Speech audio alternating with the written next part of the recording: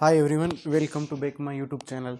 आज की इस वीडियो के अंतर्गत क्लास जो 10th का अपने चैप्टर नंबर 6 है, जिसका नाम है विनिर्माण उद्योग, उसके बारे में अध्ययन करेंगे। देखो, अध्ययन करने से पहले मैं इस चैप्टर के बारे में बता देता हूँ। ये चैप्टर आपके बोर्ड एग्जाम में 2 नंबर का आएगा। एक यहाँ पर MCQ वाला क्वेश्चन आएगा, मल्टी चॉइस क्वेश्चन, जिसको आप एबसद कहते हो, वो वाला क्वेश्चन आएगा। एक आएगा अति लघुरात्मक क्वेश्चन, ध्यान रखना, अति लघुरात्मक क्वेश्चन। तो जो 20 शब्दों का है, तो आपको है ना, जो इंपॉर्टेंट बातें हैं ना, वो जरूर याद रखनी है, और बाकी की चीज़ें याद रखने की आपको आवश्यकता नहीं है। कौन कौन सी होगी उस समय मैं आपको मोस्ट लगा दूंगा कि ये चीज़ तो आपको हर समय याद रखनी ही है। तो देखो, शुरुआत करते हैं आज के इस वीडियो की। तो सबसे पहले मैं आपको बता देता हूँ कि विनिर्माण का तात्पर्य क्या होता है। तो आपको परिभाषा याद रखनी है विनिर्माण की, यानी द्वितीय क्रियाकलाप की बात कर रहे हैं, यानी कोई भी चीज़ कच्चे पदार्थ का रूप परिवर्तित करके उसे मूल्यवान बनाना क्या कहलाता है, अपने आप में विनिर्माण ही है। मशीनों के द्वारा बड़ी मात्रा में कच्चे माल से अधिक मूल्यवान वस्तुओं के उत्पादन को ही क्या कहा जाता है, विनिर्माण कहते हैं। आपको ये परिभाषा लिख लेनी है। अगला है विनिर्माण उद्योगों का महत्व की बातचीत करें, तो ध्यान रखना, ये जितने मैंने 6 क्रम बता रखे हैं विनिर्माण उद्योगों के महत्व की, ये आपको याद रखना है। छोटे मोटे हैं, इनसे आगे आपको चैप्टर में अच्छे से पता चल जाएगा कौन सी चीज़ क्या है। तो विनिर्माण उद्योगों के महत्व की बात करें तो पहला है महत्व है विनिर्माण उद्योगों से कृषि का आधुनिकीकरण करने में मदद मिलती है, ध्यान रखना। इसके अलावा विनिर्माण उद्योग से लोगों की आय के लिए कृषि पर निर्भरता क्या हो जाती है, कम हो जाती है। विनिर्माण से प्राइमरी और सेकेंडरी सेक्टर में रोजगार के अवसर बढ़ाने में मदद मिलती है। इससे बेरोजगारी और गरीबी दूर करने में भी मदद मिलती है। निर्मित वस्तुओं का निर्माण वाणिज्यिक व्यापार को बढ़ावा देता है या बढ़ाता है, जिससे अपेक्षित विदेशी मुद्रा प्राप्त की जाती है। इसके अलावा किसी भी देश में बड़े पैमाने पर विनिर्माण उद्योगों का होने से देश में संपन्नता आती है। ये विनिर्माण उद्योगों की महत्व है। आपको इन एक ही महत्वों को नहीं लिखना है, ध्यान रखना। यह आपके किसी भी काम का नहीं है, ना आपका आएंगे, बस आपको मैंने बता दिया है कि ये महत्व होते हैं इस प्रकार से, ये ध्यान रखना है, नहीं लिखना। हम देखो बात करते हैं राष्ट्रीय अर्थव्यवस्था में उद्योगों का योगदान। तो पिछले 2 दशकों में GDP यानी सकल घरेलू उत्पाद में विनिर्माण उद्योगों का योगदान कितना प्रतिशत था, 27% में से 17% ही रही, क्योंकि 10% भाग खनिज खनन, गैस, विद्युत ऊर्जा आदि में योगदान रहा था। ये बात आपको याद रखनी है, ध्यान रखना। मतलब क्या है कि हमारे देश की जितनी भी GDP है, उस GDP में लगभग 17% योगदान किसका रहा था, ये ध्यान रखना, विनिर्माण उद्योग का रहा था। बाकी का 10% खनिज खनन, गैस, विद्युत ऊर्जा का योगदान रहा था। भारत की अपेक्षा अन्य पूर्वी एशियाई देशों में विनिर्माण का योगदान सकल घरेलू उत्पाद या GDP में 25 से 35% तक का, ध्यान रखना। पिछले 1 दशक में भारतीय विनिर्माण क्षेत्र में 7% प्रति वर्ष की दर से क्या हुई है, बढ़ोतरी हुई है। ध्यान रखना, ये आपको बातें याद रखनी नहीं है, ये लिखना भी नहीं है आपको, ये एक लाइन लिखनी है यहाँ से। अगला देखो, नेक्स्ट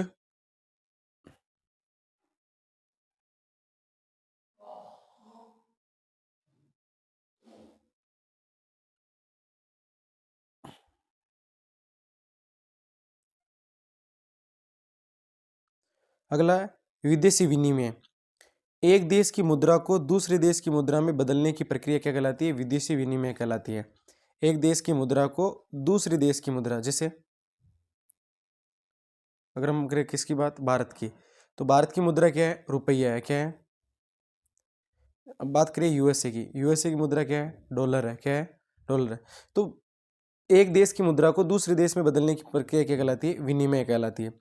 अब विदेशी मुद्रा क्या होती है, मुद्रा का वह माध्यम जिसके द्वारा सरकार दूसरे देशों से वस्तुएं खरीदती है। तो पूरी दुनिया में कौन सी मुद्रा चलती है, डॉलर चलती है। कौन सी चलती है, डॉलर। कोई भी चीज खरीदी जा सकती है डॉलर से, ध्यान रखना। अब उद्योग, विनिर्माण का विस्तृत रूप क्या कहलाता है, उद्योग कहलाता है।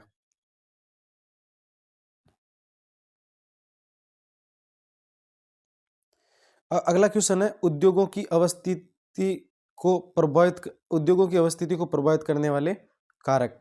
देखो, उद्योगों की अवस्थिति को प्रभावित करने वाले कारक, हम फैक्टर की बात करें तो फैक्टर है ना, 2 प्रकार के होते हैं। कितने प्रकार के होते हैं, 2। एक तो भौतिक फैक्टर होते हैं, एक मानवीय फैक्टर होते हैं। कौन कौन से, एक तो भौतिक फैक्टर, दूसरा कौन सा, मानवीय फैक्टर। ये दोनों इंपॉर्टेंट होते हैं। देखो, मैं आपको है ना विस्तृत रूप से बताता हूँ, समझने की कोशिश करना आप। जैसे मान लेना हमें कोई उद्योग लगाना है यहाँ पर, ठीक है, जैसे बता रहा हूँ आपको, ये मान लेना उद्योग लगाया है यहाँ पर किसी सूती वस्त्र उद्योग का यहाँ पर। तो इस उद्योग को प्रभावित करने वाले कारक कौन कौन से हैं? तो देखो, कारक उद्योग लगा रहे हैं तो सबसे पहले हमें अच्छी जलवायु की आवश्यकता पड़ेगी। किसकी पड़ेगी? जलवायु को। आपको इसी प्रकार से लिखना है, बीच में उद्योग लिख लेना है और उसके आसपास में कारक लिख लेना है, या ऐसे लिखिए हुए इस प्रकार से लिखना। इसके अलावा क्या चाहिए? शक्ति चाहिए, यानी लाइट चाहिए, विद्युत की मात्रा। इसके अलावा क्या चाहिए? कच्चे माल की मात्रा चाहिए। इसके अलावा श्रम चाहिए। क्या चाहिए? और क्या चाहिए? पूंजी की आवश्यकता होती है। किसकी आवश्यकता? इसके बिना उद्योग लग ही नहीं सकता। इसके अलावा बाजार की आवश्यकता होगी, जो चीज़ बना ली उसको मार्केट में बेचना भी तो है ना। ले जाने के लिए किसकी आवश्यकता पड़ेगी? परिवहन की आवश्यकता पड़ेगी। इसके अलावा संचार की आवश्यकता पड़ेगी। इसके अलावा बैंक की आवश्यकता पड़ेगी, पूंजी की आवश्यकता हो गई, बैंक की आवश्यकता, ये सारी चीज़ें ध्यान रखना। तो अब देखो, पहला कौन सा है? उद्योगों की अवस्थिति को प्रभावित करने वाले भौतिक कारकों में अनुकूल जलवायु, शक्ति के साधन और कच्चे माल की उपलब्धता। दूसरा है मानवीय कारक। मानवीय कारक में श्रम, पूंजी, बाजार, परिवहन और संचार। और देखना कौन से हैं, और बताता हूँ आपको। परिवहन हो गया, संचार हो गया, बैंकिंग, बीमा, उद्यमी, बिजनेस में सरकारी नीतियां, ये सारे के सारे उद्योगों को प्रभावित करने वाले कारक है। अब हम बात करते हैं उद्योगों का वर्गीकरण। अगर उद्योगों के वर्गीकरण की बात करें तो उद्योगों के वर्गीकरण को ध्यान रखना। वैसे उद्योगों को वर्गीकरण 5 भागों में बांटा जा सकता है। कितने में? 5। वो कौन कौन से, किस किस किस आधार पर है? वो उत्पत्ति के आधार पर पढ़ेंगे हम, इसके अलावा कच्चे माल के आधार पर पढ़ेंगे, ये सारे हैं। तो हम बात करते हैं, देखो,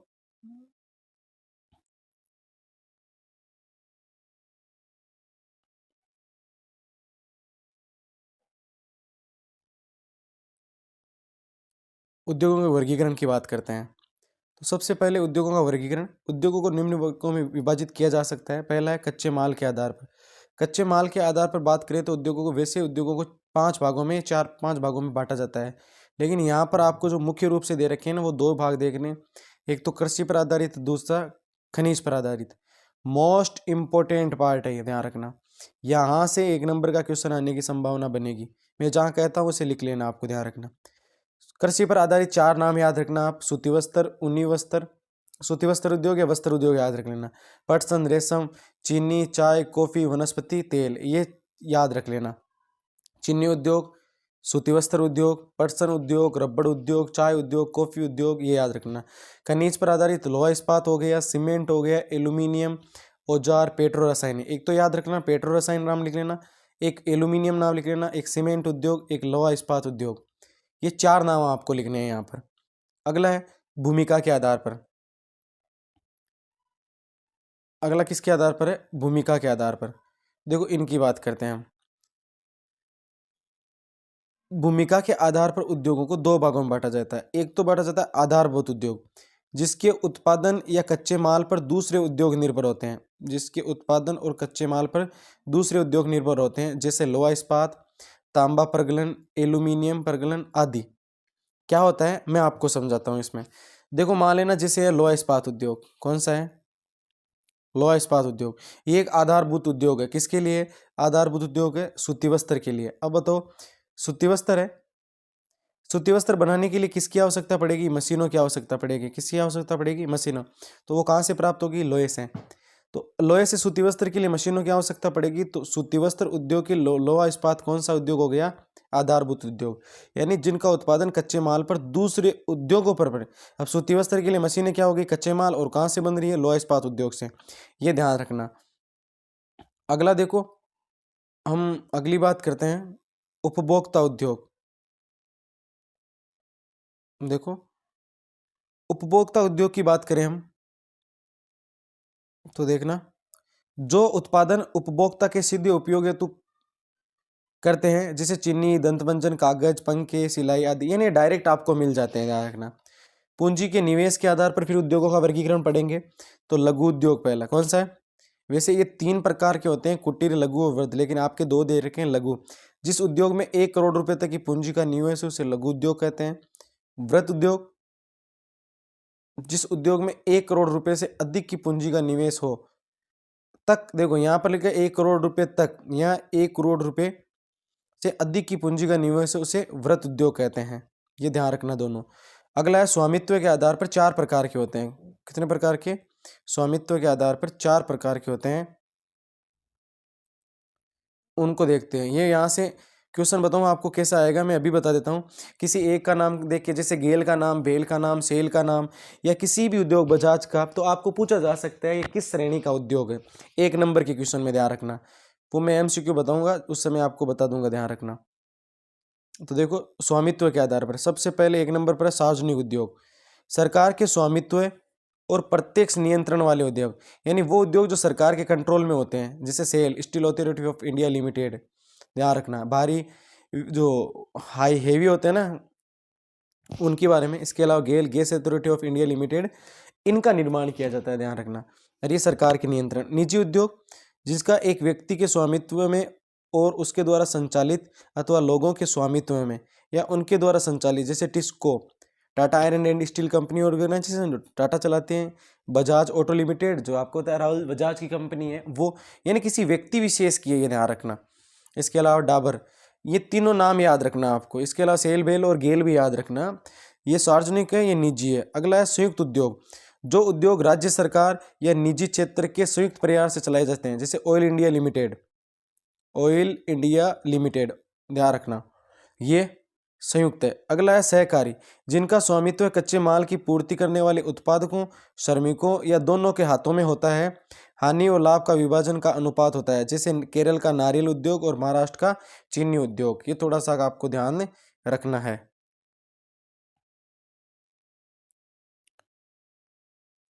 अगला देखो ये रहा, अगला है कच्चे माल, कच्चे तथा तैयार माल की मात्रा व भार के आधार पर। भारी उद्योग, हल्के उद्योग, मात्रा भार के आधार पर ध्यान रखना है। वे उद्योग जो भारी और अधिक स्थान घेरने वाले होते हैं, माल का घेरने वाले कच्चे माल का प्रयोग करते हैं। लोहा, इस्पात, चीनी और सीमेंट। हल्के, जो कम भार वाले कच्चे माल का प्रयोग करते हैं, हल्के तैयार माल का उत्पादन करते हैं। विद्युत उद्योग, ये ध्यान रखना। ये मैं आपको कृषि पर आधारित उद्योग आपको पता है, 4 नाम याद रखने हैं आपको। इसके अलावा ज़्यादा याद नहीं रखना है कुछ भी, ये आपको लिखना भी नहीं है। मैं फिर से कह रहा हूँ, देखो क्या लिखा हुआ है, कृषि पर आधारित उद्योग। तो ध्यान रखना, मैंने आपको पहले बता दिए कृषि पर आधारित 4 उद्योग के नाम याद रखना। सूती वस्त्र उद्योग, चीनी उद्योग, इसके अलावा आपको याद रखना है वनस्पति तेल उद्योग, पटसन उद्योग, ध्यान रखना ये सारे कच्चे माल पर आधारित है। इसके अलावा कॉफी उद्योग, रबड़ उद्योग, ये भी याद रख लेना। सबसे पहले वस्त्र उद्योग, बहुत बड़े बड़े दे रखे हैं, आपको ध्यान रखना। सबसे पहले वस्त्र उद्योग दे रखे हैं, इसमें से कौन सी चीज़ आपको पढ़नी है कौन सी नहीं, वही आपको जो कह रहा हूँ वही लिखना है, ध्यान रखना। तो सबसे पहले मैं आपको बता देता हूँ सूती वस्त्र उद्योग में। तो सूती वस्त्र उद्योग में आपको हेडिंग लगानी है वस्त्र उद्योग, लगा के छोड़ देना और उसमें 1 नंबर लिखना सूती वस्त्र। वस्त्र उद्योग हेडिंग लगाना, देखो बताता हूँ। सबसे पहले वस्त्र उद्योग हेडिंग लगाना, उसमें 1 नंबर लिखना सूती वस्त्र उद्योग, सूती कपड़ा उद्योग या सूती वस्त्र उद्योग। अब इसमें क्या लिखना है वो देखो मैं बताता हूँ आपको।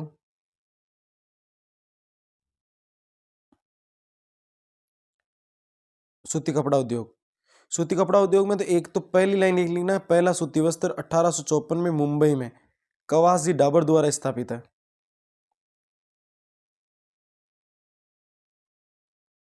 किसके द्वारा? कवासी डाबर द्वारा।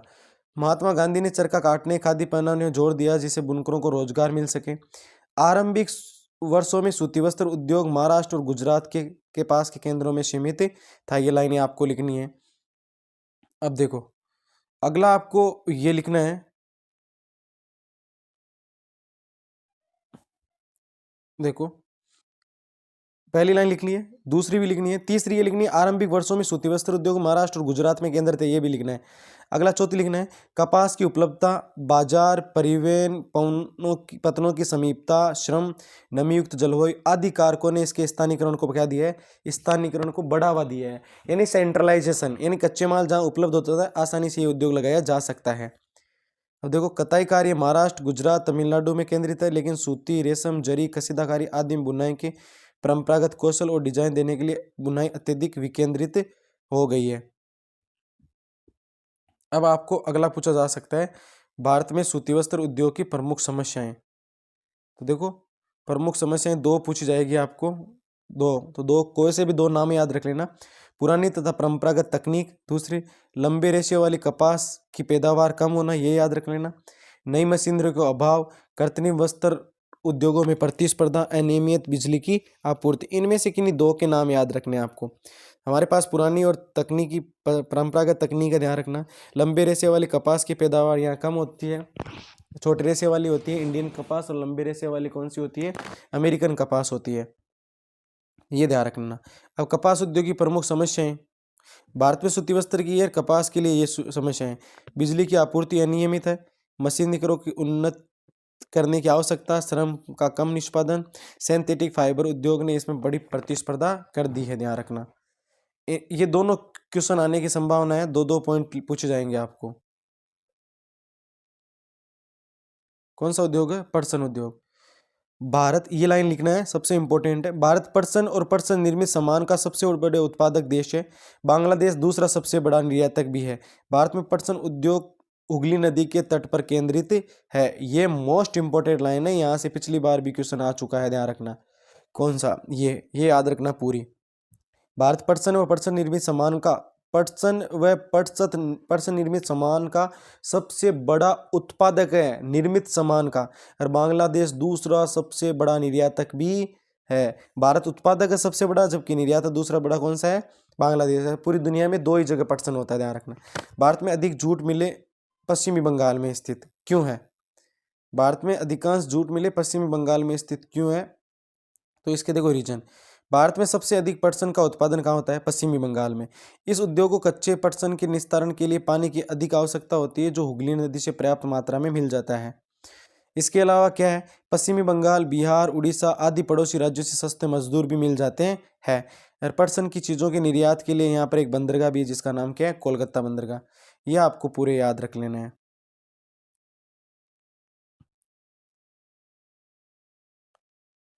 अगला देखो,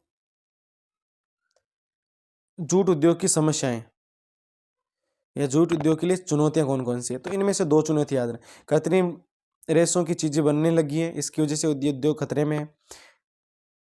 इसके अलावा कृत्रिम रेशे की बनी चीजें सस्ती भी होती है। जूट की खेती पर व्यय यानी खर्चा अधिक आता है।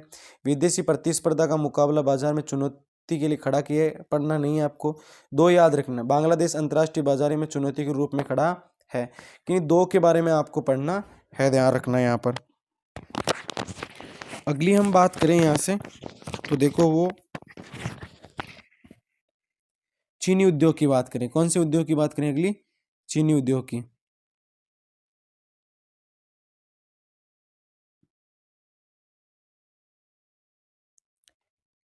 चीनी उद्योग, भारत का चीनी उत्पादन में विश्व में दूसरा स्थान है, ध्यान रखना। गुड़ व खांडसरी के उत्पादन में भारत का कौन सा स्थान है, प्रथम। ये लाइन याद रखनी है। इसके अलावा चीनी मिलें उत्तर प्रदेश, बिहार, महाराष्ट्र और कर्नाटक, ये चार राज्यों के नाम याद रखना। उत्तर प्रदेश, बिहार, महाराष्ट्र और कर्नाटक। पिछले कुछ वर्षों में इन मिलों की संख्या दक्षिण और पश्चिमी राज्यों में, विशेषकर महाराष्ट्र में बढ़ी है। आपको पूछे भारत में चीनी मिलें कहाँ पर है, तो एक तो महाराष्ट्र में सबसे ज़्यादा, इसके अलावा कहाँ पर है, यूपी में। ये दो राज्यों के नाम याद रखना।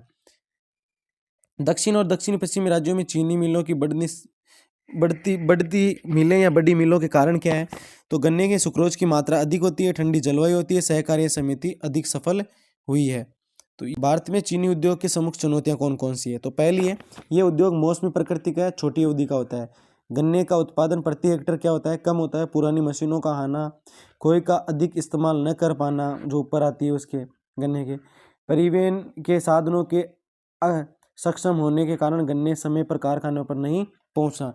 इसका मतलब क्या होता है कि गन्ने जब मील में पहुंच नहीं पाते हैं, तो गन्ने जब मील में पहुंच नहीं पाते हैं, तो उसमें सुक्रोज की मात्रा में क्या आ जाती है, कमी आ जाती है। अगला, वे उद्योग जो खनिज, अगला पढ़ना हमें खनिज आधारित उद्योग। वे उद्योग जो खनिज व ऊर्जा को कच्चे माल के रूप में प्रयोग करते हैं, खनिज आधारित उद्योग है। इसमें हम सबसे पहले पढ़ेंगे लोहा इस्पात उद्योग।